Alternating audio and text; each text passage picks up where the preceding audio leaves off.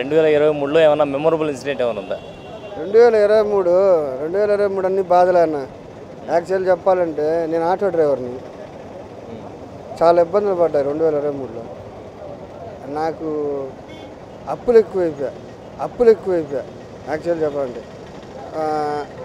2022 లాక్డౌన్లో సంపాదించినంత 2023లో నేను సంపాదించలేకపోయాను.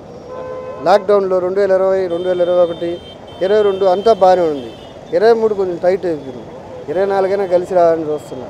కాకపోతే 2023లో ఒకటైతే జరిగింది. నేను మందు మానేశాను. సూపర్. అంతకుముందు డ్రింకర్ భయంకరంగా, మందు మానేశా. ఏంటి ఏదైనా పర్టికులర్గా రీజన్ ఏమైనా ఉందా మందు మానేయడానికి ఏమన్నా? జగనన్నే నా ఆరోగ్యం బాగాలేకుండా వచ్చింది ఆ మందు తాగి. ఆ తర్వాత డాక్టర్ల దగ్గరికి వెళ్తే డాక్టర్ ఒకటే మాట అన్నాడు, ఇంక నువ్వు ఉండవు అన్నాడు. తక్కువ వయసులోనే చాలా దెబ్బతిన్నాను నేను.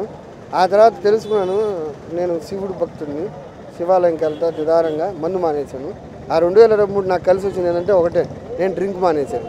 First point. అంత మించి నాకు ఇంకా అది మటుకు జగనన్న పుణ్యం. అందరు తిట్టుకుంటారు కానీ నేను మటుకు మెచ్చుకుంటా ఆ విషయంలో.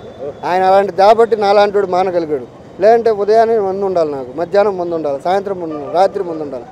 రోజు ఎట్లా ఫుల్ క్వార్టర్ తాగుతాను. అలాంటి మందే మానేశాను. రైట్. 2024లో తీసుకుంటే 24లో ఏదైనా డ్రీమ్స్ ఏమైనా ఉన్నాయా?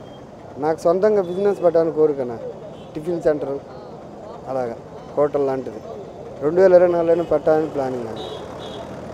ఆల్ ద బెస్ట్ చెప్తూ wish you happy new year advance. Same thing. Thank you.